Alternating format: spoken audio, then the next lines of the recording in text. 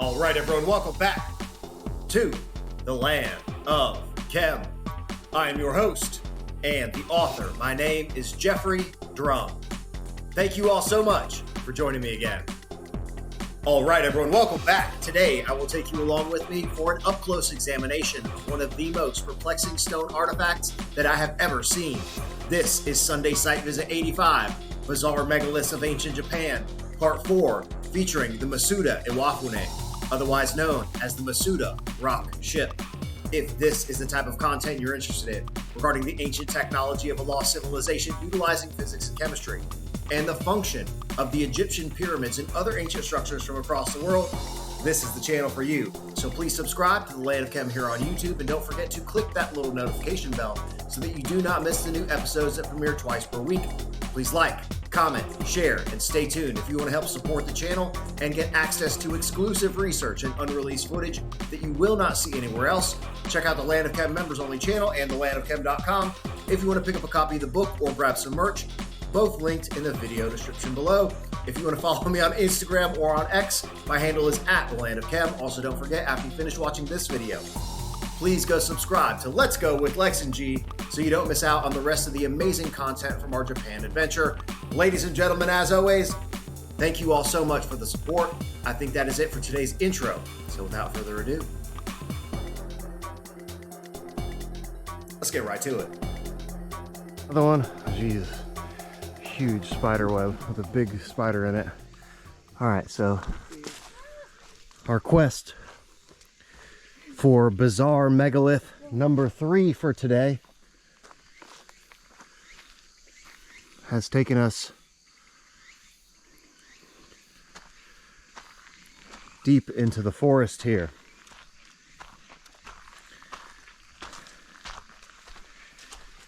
And the name of this stone is the Masuda Iwafune. And Taro, did we get a translation of that? Yeah, Masuda is usually a family name. Okay. Or the name of the place. Okay. And Iwafune means the boat ship, the rock boat. Okay. So again, we have this nomenclature describing these megaliths as boats or ships. So the Masuda Iwafune is basically Masuda. Masuda is the location, and Iwafune is stone ship, stone boat, something of that nature. And just wait until you see this thing. For me, this is one of the highlights of the megalithic side of this research expedition.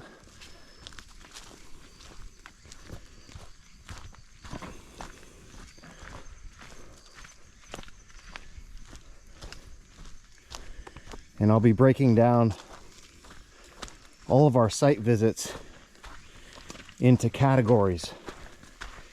The megalithic structures being one of those. And man, this is like, again, Fern Gully, yeah. Land before time. Yeah. These big old cedar trees. Giant cedar trees. Nice cigar for the walk. Hopefully it's keeping the mosquitoes away. That was my thought process, my justification for smoking a cigar on this walk. Mm-hmm.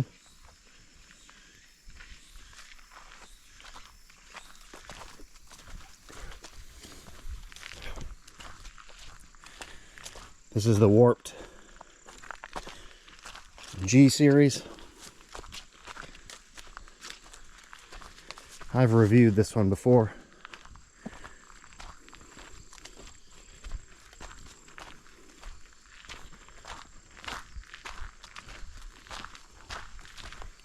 All right. So I just wanted to show you the environment here as we're heading toward this anomalous megalith. And now we've crossed from cedar trees into bamboo. Man, this is just beautiful.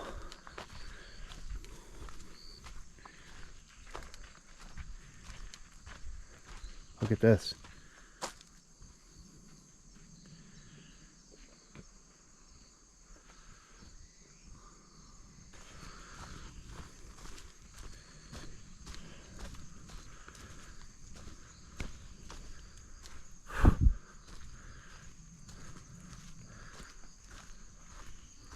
Oh, there's another friggin' huge Of course, I'm the first here walking through this. I'm super glad I'm getting this on camera. Look at how creepy this is.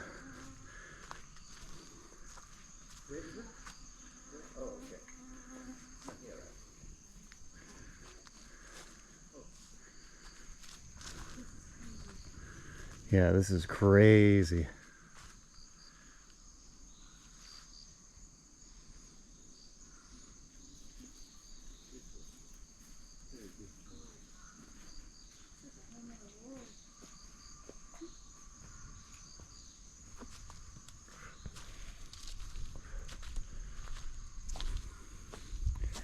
Terry, what does this path say? What does this sign say? Up here or down this way? Because there's two paths here. There's a little arrow on this one down there on that piece of bamboo.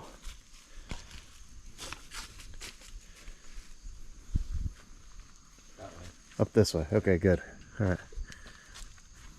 So, actually, I'm going to keep it rolling because this is awesome. Wow. This looks like a jungle. Tropic jungle into Japan's This is bamboo bush. crazy.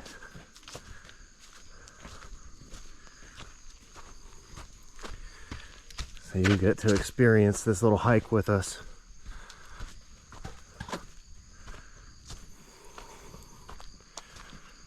All right. We're almost there. All right, here we go. Wait till you see this fucking thing. Holy shit. What? Holy shit.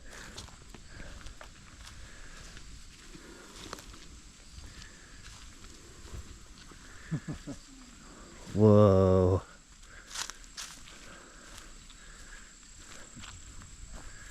This thing is way bigger than I thought it was going to be. Holy shit. But wait till you see the top of this thing.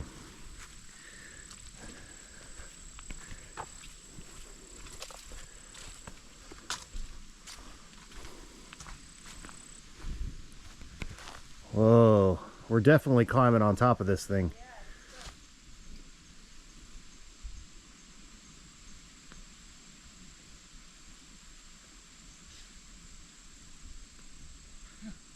Oh my goodness.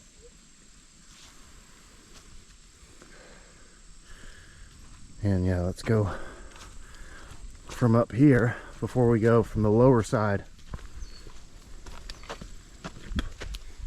So you can see what this thing is really all about.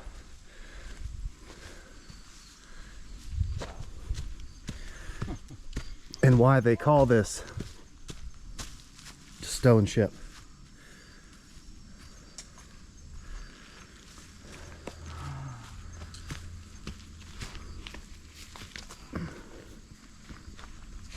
Can't believe we're here. Wow. This is nuts. That is not, yeah, that's crazy. All right.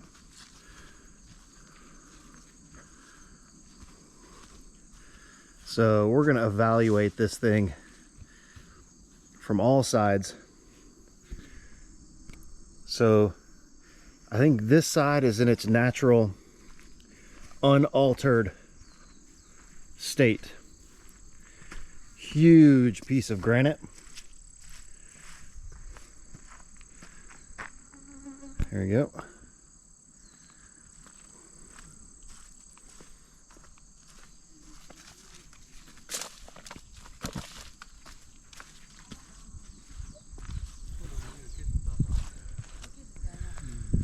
And then this here,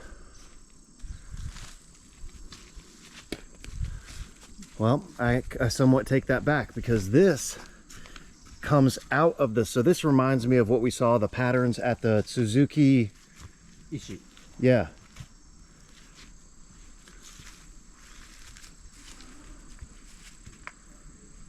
The shrine with the big megalith at the top that had like the melted pattern. Yeah, that It's Tanai-san. Tanai-san, yeah. Tanai-san. But it's not. So I was thinking that this upper part, maybe they were shaping this upper part and this was the part that they were going to remove. These channels and these squares look definitely man-made, you know, as a part of chiseling or carving in this. And then this part up at the top is all smoothed out. Perhaps they were working their way down the stone and shaping this thing. It certainly looks like this at the top where this part was shaped, and then this part was in the process of being carved out. Holy shit.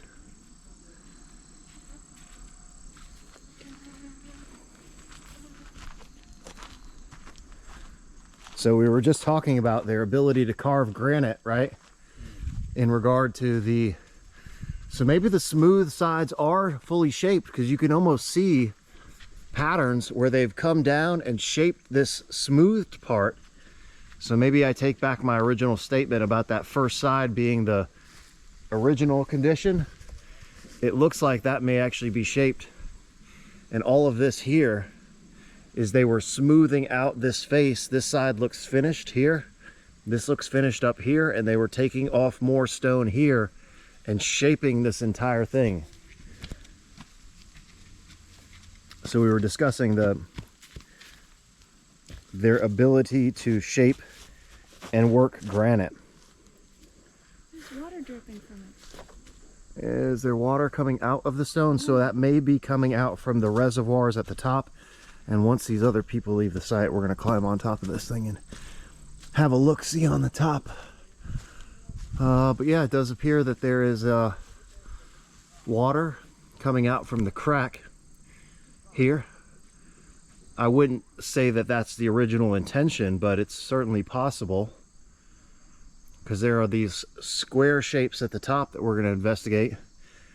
I'm going to get Teru to decipher this plaque here and see what we can determine.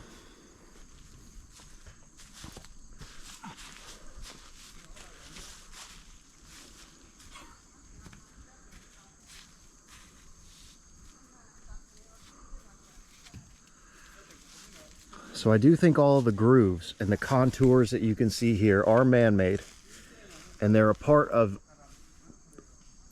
smoothing out this surface. So this surface was originally going to be completely finished here. And Tara's taking a look at the display plaque there. So this crack, you can see how this thing has kind of shifted a little bit. And this piece is sliding in this direction slightly.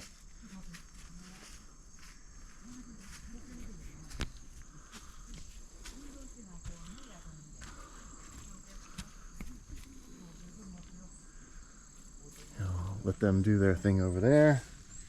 We'll go stay down here until they finish. All right, so Tara, what do you got here? Yeah, so I won't translate the whole entire thing, talking about the measurements and so on. But Okay. I think the notable part is that there are two big, you know, The square indentations at the top. yeah, Yes. it's almost identical. Okay. And the upper part is very smooth, finished in smooth. Yes. But the bottom half is still in a very rough Right. sort of carving state. Yeah. Okay. So basically, what I was just saying is, and you can see that there's it's worked. You can see that this surface has been worked, and then they were working their way down, chipping off and carving off these little squared sections. Right. And the different theories on what this is. One of them is maybe this wasn't like the indentation wasn't on the top in the beginning. It was actually meant to be on the side. But somehow these things did 90 degrees roll, Okay. end up in this shape it is. Okay. because if it's on a sideways, there are other similar structure like made out of stone that was used as a this, you know, like the tombs that we are seeing. Okay, That yeah, kinda right. tomb Okay, purpose. so like Actually, a so like a rock cut tomb. yeah. Yeah, carved Because- into a megalith. The one that we are going to see in Hyogo, the big, you know, floating big stone, Mhm. that is also said to be the same. Like Okay. it's got like, And we have a few other, just the only term is bizarre, but these are certainly bizarre megaliths. and they have a reason to believe this is from the 7th century, like these carving techniques, Okay, and also the measurements that are used for, you know, the indentation sizes Yeah. and the depth is the measurement unit of that time. okay, 7th century. okay. Yeah.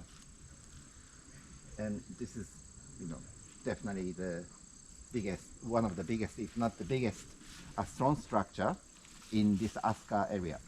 Okay, thank you. Right. Hi. Hey. All right, so now the other group left. So we're gonna walk back up here to the top. I don't know if I agree with that 7th century date. So let me take my shoes off here. So We're in the space. We're in the mothership. We're in the mothership. So work smarter, not harder. I think we'll still slide down this way. Tara, come on.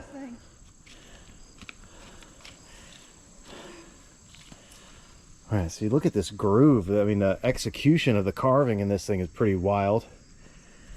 You can see these large. It's almost like there's a lid. A lid. Take off. And you can see this one is filled with water, so that's most likely the source of the water that's now spilling through that crack. And Alexa had a very astute observation that it appears like there may have been a lid that slid into place, very much like those, you know, dovetail or rebate joints in the containers of the Egyptian pyramids, where it sat into this part and covered these holes.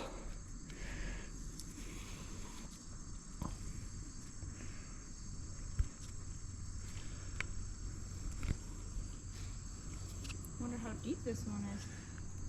1.2 meters, I think. 1.2 meters. Yeah. I think Yeah. it was 1.4, 1.4, 1.2.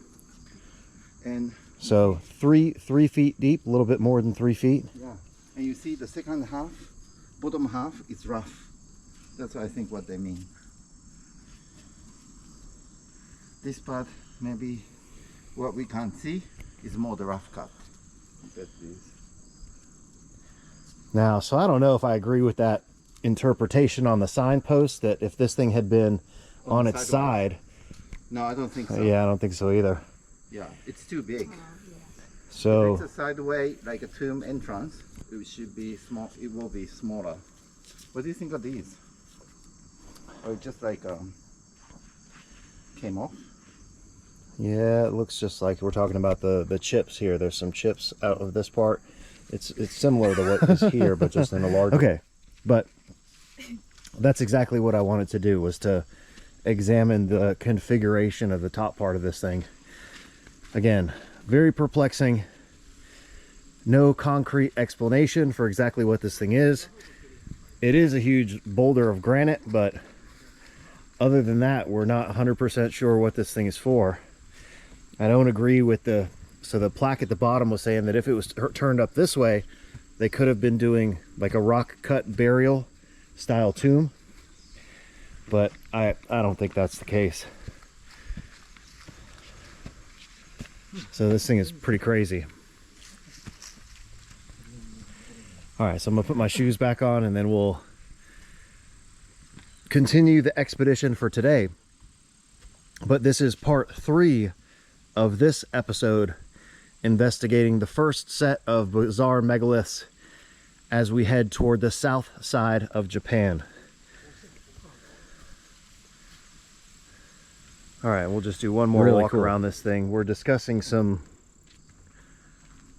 various ideas about the purpose of this thing in comparison to another very unusual megalith that we're going to visit later on in the adventure. That'll be coming up soon, and as I've been saying, I will be addressing all of these things in follow-up research episodes.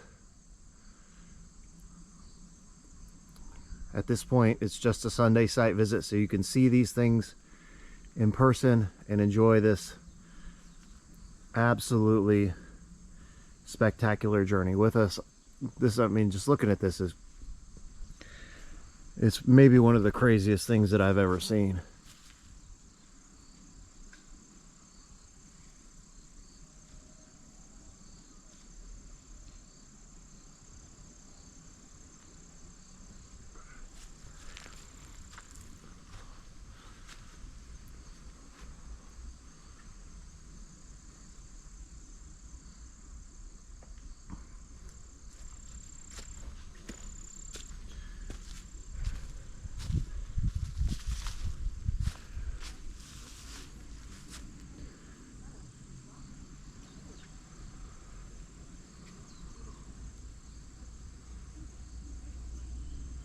And in this little grove of bamboo trees, I mean, it could not be a more beautiful setting for this behemoth of a megalith.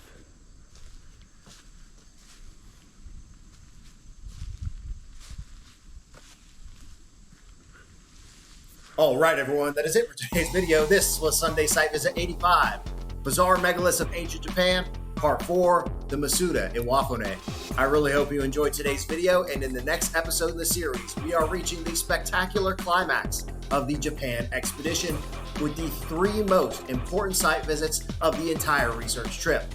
This is an episode you do not want to miss, so if you haven't already, please subscribe to The Land of Chem here on YouTube.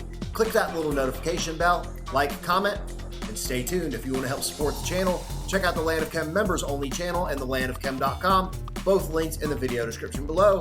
If you want to follow me on Instagram or on X, my handle is @thelandofchem. Also, don't forget, after you finish watching this video, please go subscribe to Let's Go with Lex and G so you don't miss out on the rest of the amazing content from our Japan adventure and our expeditions across the world. Ladies and gentlemen, as always, thank you all so much for the support.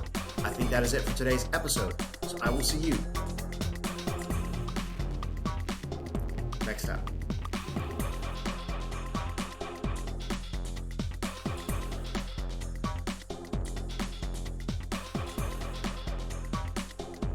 Yo, are you still watching this? Please subscribe to The Land of Chem here on YouTube and click that little notification button. New videos coming out every single week. And check out this other episode. Come on, do it. Do it now.